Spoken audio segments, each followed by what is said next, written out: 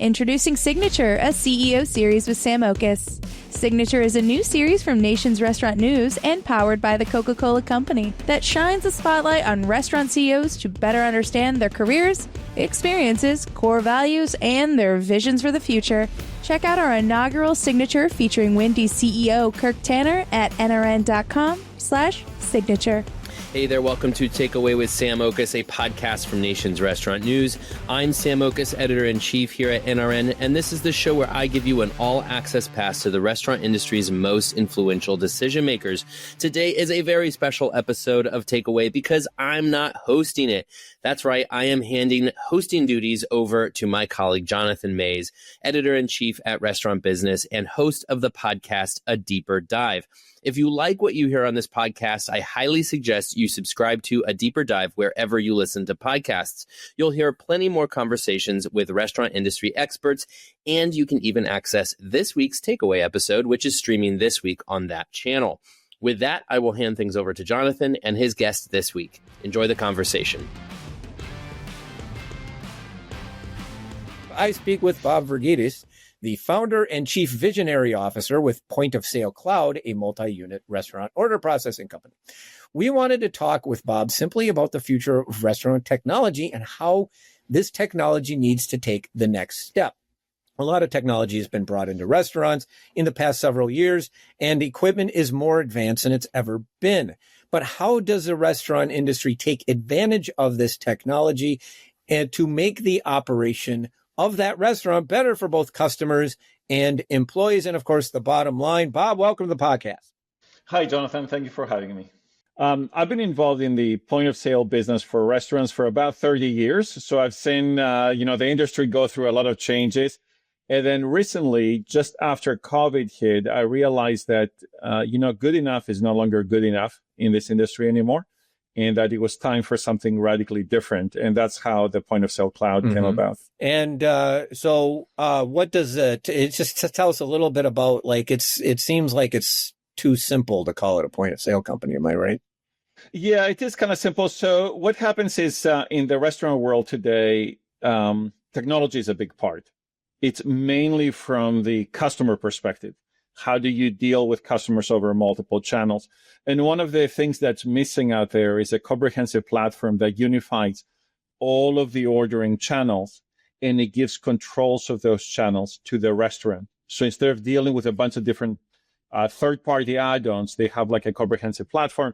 And then, of course, tying that with all of their back-of-the-house kind of systems. So that's kind of what we do. It's a bit of a difficult thing to put together and make it easy for operators. So we were at NAFEM, and you were on a panel, and this is what sort of led to this podcast.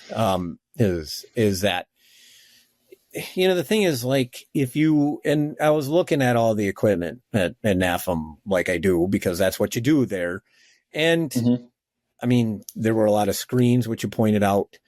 The average piece of restaurant equipment today is far more advanced. The process of ordering is far more advanced. There are more ordering channels today than you can shake a stick at. There are, there's all of this new technology. We've got kiosks, we've got, automation, AI, robotics, all of this other stuff.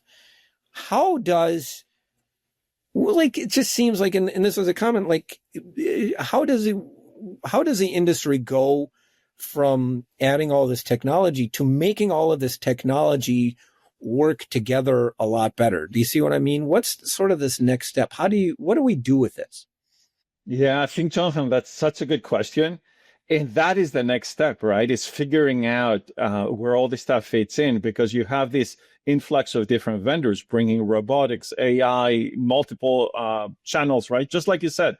And there is no clear thought yet as to how those things actually fit together, which is really interesting. So I think the industry is not in lack of technology. There's plenty of technology out there. There is a lack of vision as to how you pull this together in a way that is meaningful. So we have to ask the why question. Why are we doing this? And who is the technology there to serve? What's the challenge? What's been keeping the industry from taking this particular step? I mean, it's not like If you look at, say, I don't know, an automaking plant, I mean, they have, a lot of other industries are well ahead of where restaurants. What's sort of keeping restaurants from doing any of this? Yeah, good question. So restaurants are not an automobile factory because they're smaller. They do similar things, but they do them at a much smaller scale. So they don't have the capital expenditure ability to invest millions of dollars in their kitchen, right? So you have to do it cheaply, number one. And because a lot of this new technology is still new, it's very expensive. So if you look at robotics right now, they're still expensive for a smaller restaurant. They're okay for chains. That's why you see a lot of chains kind of using them. So I think cost is one of the problems. Putting everything together into a seamless solution is a problem. People would like to get a box. You open the box, you install the box, your solution is up and running. And we're not quite there yet. The industry is moving that direction, but it's not in that place. So it leaves it up to visionary restaurant operators with a correct budget to be able to kind of try to put this together on their own, because there is nothing off the shelf that will do it for them today. Well, it seems like one of the challenges is that, there's one company that has point of sale. There's another company that does, you have another company where you get your refrigerator from, you have another company you get your kiosk from, you have another company that provides delivery, there are all of these different companies, and getting everything talking to one another seems to be really, really hard. Exactly. Basically, you have a bin of parts, like a puzzle that is all broken up, right? And it's currently left to the operator to put it together. So that's, from my side, that's one of the things we try to solve, is bring all this stuff together. And I think that's kind of what the industry is heading. So what the industry is looking for is a way to plug all these things together in a meaningful way for the operator, right? Because they don't know how to do it. So somebody from the outside has to do it for them. Now, I mean, I have seen some technologies that connect a point of sale with a piece of equipment, saying, I was at a Mexican restaurant, for instance, and they were, or a Mexican restaurant chain, I'll say that, and they were playing with some equipment that would immediately start, warming up tortillas, for instance, based on an order that came in. I mean, do we see that progressing, that sort of technology progressing going on? Absolutely. So right now there's ways, as you said, to do that. There are pizza robots that will take an order, they will send it over, it will get made automatically. There are fry bots that will fry foods based on the order. So that's the next wave of automation, is you go from orders to robotics. The next one is, using AI and data so that you can plan production. So the robots can be ahead of the curve, right, to produce that kind of food. And then it's also being able to collect data from the kitchen and pass this data to the customer. One of the things that's happening now is there is a lot of technology, obviously, but how do you make that part of the guest experience?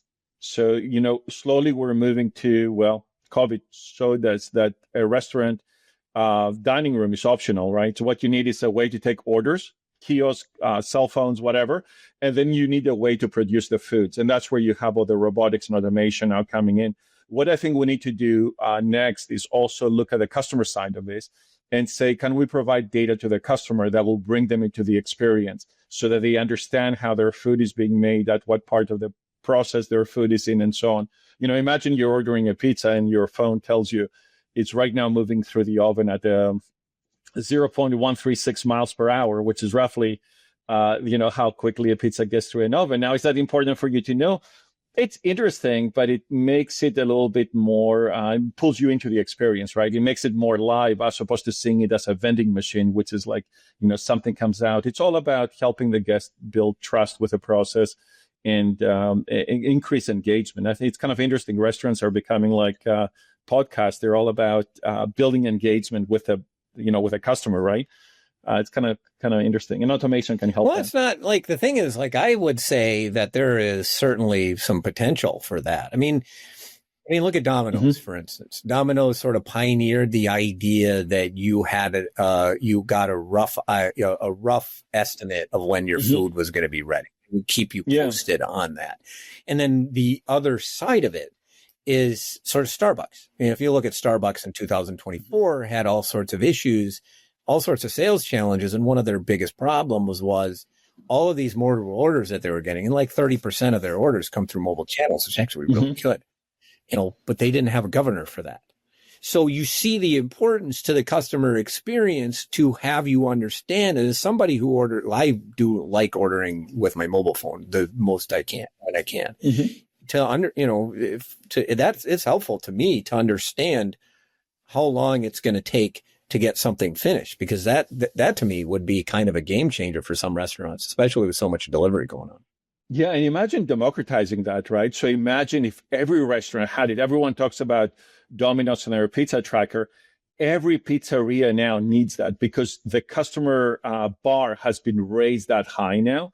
So that's the challenge in the industry is how do you make it so that every restaurant has about the same level of technology? And then more importantly, how do you make it so that the restaurants own some of that technology so they can use it to represent their brand and therefore build customer loyalty and customer engagement? I think it's a huge kind of like next step in the industry. Yeah, the thing is if you can improve the quality of some of these takeout and delivery orders, mobile order, and some of the biggest chains are absolutely moving in this direction, like McDonald's. Yeah. Their orders, you make a mobile order and then those orders get prepared when you're a certain distance away from one of their restaurants, which is actually really interesting. And other companies are moving in the same direction, like Yum Brands has done a number of things along this front and stuff like that. So it seems to me that improving that particular experience. The other issue is I do believe today, and it sounds a little odd, but consumers, well, no, it's not actually. Consumers do like to know how the process works. Look at how much, if you go on social media all the time, there's a lot of videos of just simple kitchen employees and fast food kitchen employees just making a taco. And for some reason, this is really good theater for some people. It's also, there's a functional reason for that, which is building trust. Like food is something that actually, nourishes us, but also it can make us sick, right? Like I think humans have a built-in thing about what we put in our body, what we eat every day. So especially for a restaurant, if you can bring the guest into the experience, if you can have them see what you're doing and the way you're doing it, it builds a massive amount of trust subconsciously even. So we will prefer that brand over another brand. Like what I tell my clients is if you can create a kitchen that has no wall, right? And open kitchens were the thing for a long time because of that. If you can bring the customer right into the experience and therefore remove your point of sale terminal, let them place an order using a phone or a kiosk or whatever, and use that front counter that you're wasting right now to hold the credit card terminal to allow the guest to come into the experience. It will be amazing. And I think that's where automation, kitchen connectivity, IoT, all of those things that are happening on the kitchen side help bring this experience virtually to the customer, even when they're not on premise. Yeah. Right. And I think the industry is moving there. The great thing will be if we can move the rest of the, the smaller, medium and smaller restaurants in that direction as well. Yeah. I mean, you mentioned like open kitchens. I mean, open kitchens not that long ago were relatively rare, and today they're very, very common. And to me, from, as a customer standpoint, that's just, I don't know. I mean, it feels like I'm in a restaurant more. A lot of times, and having that sort of visibility in what the kitchen does is kind of cool. And imagine, Jonathan, what would an open kitchen be digitally, right? Like we all know the open physical kitchen. What is an open kitchen in a digital world, and what does it need to be created, right? And that's where the connectivity of the kitchen really comes in. Tell me lots about what's going there, and make it entertaining and make it interesting. And you will capture my attention. And once you do, then I will be a customer. No, that's a big deal. So let's talk about data real quick. Because you mentioned, you talked about, the big deal, we're gathering more data in the restaurant space than ever before. Is the industry doing enough with it right now? Or how do restaurant operators use all this data that they're getting? They're starting. We're still not using it in any huge, meaningful way. And it's a shame because AI, it's all driven by data, right? So if restaurants could feed that data in, they would get better outcomes out. Now, most of the restaurants are concerned primarily with labor and food costing. So most of the data they collect is built around those two things, right? The next thing I'm now seeing is that restaurants are using data from channels to figure out demand. And this way they can figure out when to schedule drivers, when to maybe split their food being made into different kitchens, things like that. So we're looking at what I'm seeing is more reactive kind of management of data. We're not seeing a lot of proactive use of data, which means I can ingest all this data and I can plan production for tomorrow. So that to me is a proactive model, right? We're not seeing a lot of that, although the industry certainly now has the tools to do it. Like AI will do that for you. But again, the data needs to be organized to make that happen. Is there something like, is there like a situation in which the industry just isn't really trained on how to do this sort of thing? Or for the longest time, exactly, Jonathan, my customers would say, hey, Bob, I just want to make food, right? Like I got in the restaurant business because I enjoy, serving people, making the food I like. I didn't get in this to be a technical person. There are different job paths for that, right? So that's what's happening is that a lot of this stuff is available. The industry is just not there. That's not their background, right? And that's why I think the rest of the ecosystem has to support that and be like, here's how you make that meaningful to a restaurant operator. So it only takes a few minutes of their day. It's not something they need to shift their focus on. Again, the big brands get to that. The challenge is the smaller brands that are resource constrained. How do they get there? But I definitely see a trend. Yeah. I mean, that's, and it's interesting. And like you said, you've been in the business for 30 years, and probably 25 of those, the industry was just really, really slow on technology. And then suddenly over the past 5, we used to push. Yeah, we used to push customers, right? Hey, have you heard about this? And now 90% of my time is playing defense, where customers are jumping in going, hey, we want to do this and this and this and the other. And you're just trying to help steer them in the most meaningful way because they're bombarded by so many options. And it's how do you make them meaningful? So it comes down to two things. Do what's right for your team members, right? For your operation, number one. And then number two, do what's right for your customers. If you take care of your people, they will take care of your customers. Kind of focus on those things. Yeah. It's just kind of interesting. Over the past 5 years, they've suddenly either had to or become technology experts. Yes. And to your point, people are in the restaurant business for reasons other than technology. I mean, if they were tech, they'd be in another business. Exactly. So, and they're looking for ways for the technology to disappear, right? So if you're looking at the kitchen and you say, what's next there? As we automate, the next thing we need to do is orchestrate, which means we can get multiple systems to work together, to share data, to make the process as seamless as a toaster or a microwave oven, right? Like you put something in a microwave, you press 2 buttons and magically something happens.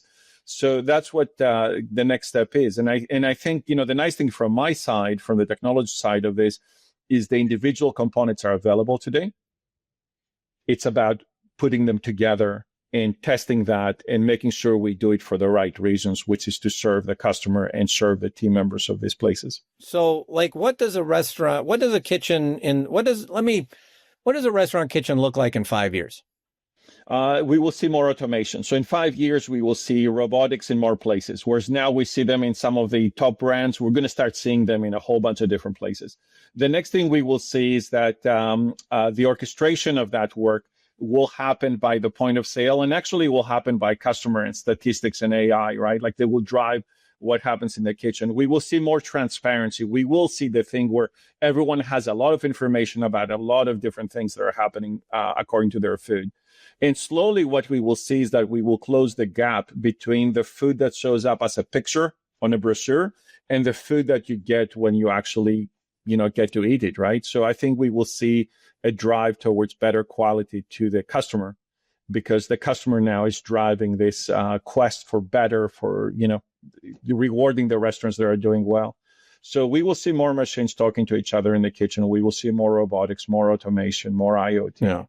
Well, I think the challenge, though, with that is that if you add more robotics, it might make the food more consistent, and consistency is super, super important. But it just seems like sometimes a restaurant the customer might not necessarily, how the customer reacts to that idea, the concept that their food is being put together by a robot, may or may not actually jive with that particular trend, in my opinion. Yeah, the thing is using the technology for the right purpose. So I think if we use robotics to just make labor go away, that's going to be a disaster, right? Like people don't want the same thing coming out of a photocopier that makes food. The idea of robotics is to reduce cognitive load on the staff in the kitchen so that they can create the kind of food that matches the picture you have in your mind when you show up at your favorite restaurant, right? So the robotics should be there to simplify and allow restaurants to pay more for human resources to create quality and differentiation for their food and their brand. So they have to be used for the right thing. Bob, this was fantastic. Really appreciate you joining me this week on the podcast. Thank you, Jonathan. Introducing Signature, a CEO series with Sam Oches. Signature is a new series from Nation's Restaurant News and powered by the Coca-Cola Company that shines a spotlight on restaurant CEOs to better understand their careers, experiences, core values, and their visions for the future. Check out our inaugural Signature featuring Wendy's CEO Kirk Tanner at nrn.com/signature.